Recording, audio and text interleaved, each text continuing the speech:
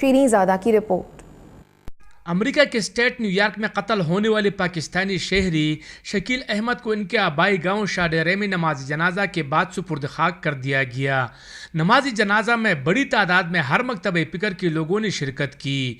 سابق وزیر اعلیٰ کے پی اور این پی کی صوبائی صدر امیر حیدر خان ہوتی نے ہم نیوز سے خصوصی گفتگو کرتے ہوئے حکومت سے مطالبہ کیا کہ شکیل احمد قتل کی تفتیش میں امریکہ سے رابطہ کرے کہ یہ غم صرف اس خاندان کا غم نہیں ہے، یہ غم ہم سب کا غم ہے، یہ غم پوری قوم کا غم ہے۔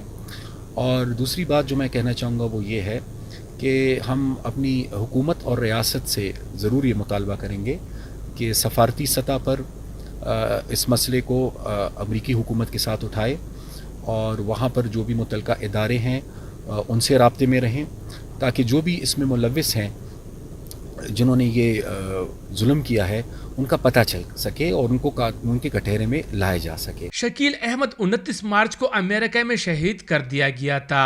وہ رکن صوبائی اسمبلی وقار احمد خان کے بھتیجے تھے۔ سوات میں سیاسی اور سماجی فضا کافی سوگوار رہا اور شکیل احمد اور ان کے خاندان کی قربانیوں کو یاد کرتے رہے۔ تو روز اول سے یقیناً یہ دہشت گردی کا شکار ہے یہ خاندان، تو ہم سب دعا کرتے ہیں کہ اللہ ان کے شہادت کے درجے بلند کرے۔ ایڈمنسٹریشن سے ہم مطالبہ کرتے ہیں کہ اس کو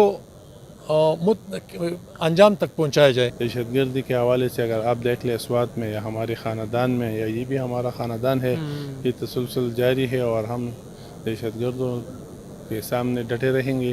2008 میں شکیل احمد کے والد، 2 بھائی اور 5 ملازمین سمیت قتل کر دیے گئے تھے۔ 2008 میں دہشت گرد حملوں کے بعد شکیل احمد امریکہ منتقل ہو گئے تھے اور وہاں پر اپنا کاروبار کر رہے تھے۔